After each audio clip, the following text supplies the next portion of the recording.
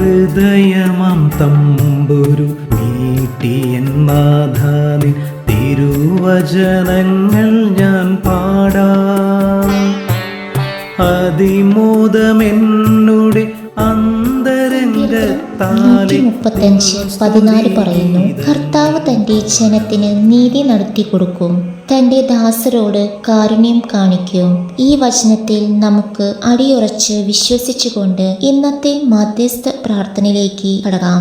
നിങ്ങളെ ഏവരെയും സന്തോഷപൂർവ്വം ഈ പ്രാർത്ഥനയിലേക്ക് സ്വാഗതം ചെയ്യുന്നു. ഒപ്പം തന്നെ ഏവർക്കും പരിശുദ്ധ കന്യകാമറിയത്തിന്റെ സ്വർഗാരോപണ തിരുനാൾ ആശംസകൾ നേർന്നുകൊള്ളുന്നു. സ്നേഹമുള്ളവരെ, ഇന്നത്തെ സങ്കീർത്തനത്തിൽ പറയുന്നത് പോലെ കർത്താവ് തന്റെ ജനത്തിന് നീതി നടത്തി കൊടുക്കും. ഇത് തീർച്ചയാണ്. ഇതിലാണ് നാം വിശ്വസിക്കേണ്ടത്. അവിടുന്ന് ഏഷ്യ 51:1 പറയുന്നു, നിങ്ങളെ വെട്ടിയെടുത്ത പാറയിലേക്ക്, നിങ്ങളെ കുഴിച്ചെടുത്ത ഖനി ഗർഭത്തിലേക്ക് നോക്കുക. വിശ്വാസികളുടെ പിതാവായ അബ്രാഹത്തെയും സാറയെയുമാണ് ഇവിടെ പ്രതിപാദിക്കുന്നത്. ലോകം വിധിയെഴുതിയതാണ്. അവർ വൃദ്ധരാണ്. അവർക്ക് കുഞ്ഞുങ്ങൾ ഉണ്ടാകുക സാധ്യമല്ലെന്ന്, പ്രത്യേകിച്ച് സാറയ്ക്ക് ഗർഭം ധരിക്കുവാൻ സാധിക്കില്ല എന്ന്. എന്നാൽ അവിടെ കർത്താവ് പറയുന്നത് സാറ ഗർഭം ധരിക്കും. നമുക്കറിയാം, സത്യത്തിൽ സാറ അത് ചിരിച്ചു തള്ളുകയാണ് ഉണ്ടായത്. എന്നാൽ ദൈവം നൽകിയ വാഗ്ദാനമാണ്. ഒരിക്കലും അത് പാഴായി പോവുകയില്ല.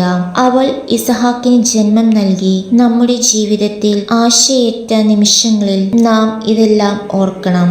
ദൈവം നൽകിയ ഉറപ്പാണ് കർത്താവ് തന്റെ ജനത്തിന് നീതി നടത്തി കൊടുക്കും എന്ന്.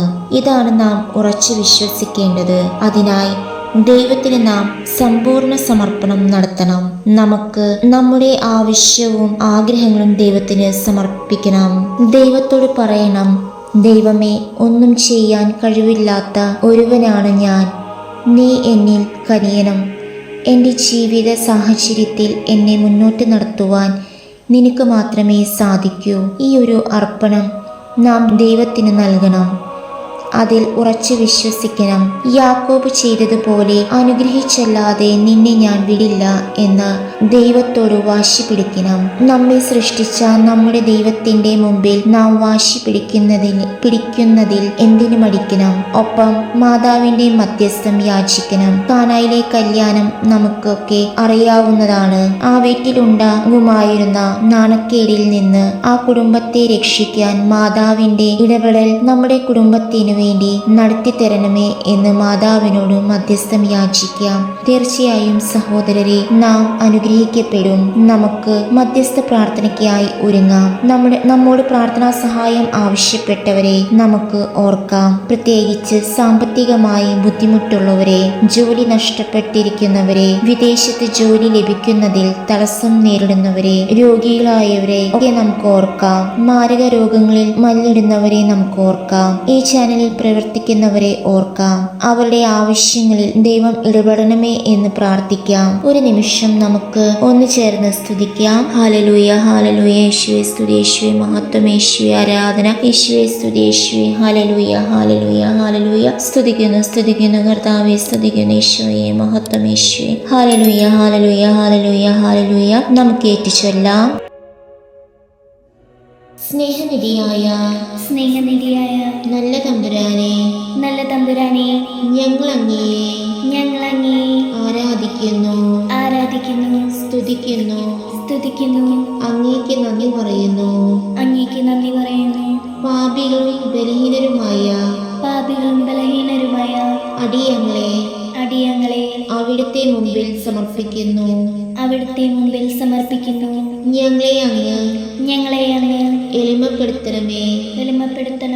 അങ്ങയുടെ മുമ്പിൽ നിലവിളിച്ച് പ്രാർത്ഥിക്കുന്ന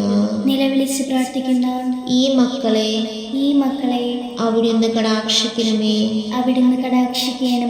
ഹൃദയങ്ങൾ അറിയുന്ന നല്ല തമ്പുരാനെ, ഞങ്ങളുടെ കുടുംബങ്ങളിലേക്കും ജീവിത മേഖലകളിലേക്കും അവിടുത്തെ കൃപ ധാരാളമായി ചൊരിയണമേ. ഞങ്ങളോട് പ്രാർത്ഥനാ സഹായം ആവശ്യപ്പെട്ടിരിക്കുന്ന ഓരോരുത്തരെയും അങ്ങേക്ക് സമർപ്പിക്കുന്നു. അവരുടെ വിവിധങ്ങളായ ആവശ്യങ്ങളിലേക്ക് അവിടുന്ന് ഇറങ്ങി വരണമേ. ലോകത്ത് സമാധാനവും ശാന്തിയും വർദ്ധിപ്പിക്കണമേ. സഭയിൽ ഐക്യവും വിശുദ്ധിയും വർദ്ധിപ്പിക്കണമേ. ഞങ്ങളുടെ ഭരണാധിപന്മാർക്ക് നീതിബോധവും നന്മയും നൽകണമേ. ഞങ്ങളിൽ നിന്ന് വേർപിരിഞ്ഞു പോയ ആത്മാക്കൾക്ക്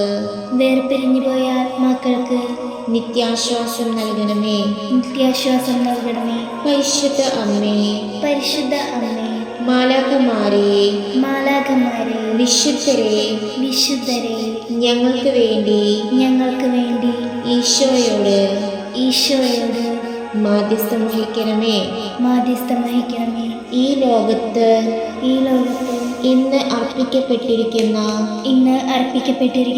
എല്ലാ വിശുദ്ധ കുർബാനകളുടെ യോഗ്യതയാൽ പിതാവായ ദൈവമേ അങ്ങേക്ക് ഞങ്ങൾ സമർപ്പിക്കുന്നു. ഞങ്ങളുടെ നിയോഗങ്ങളുടെയും മേൽ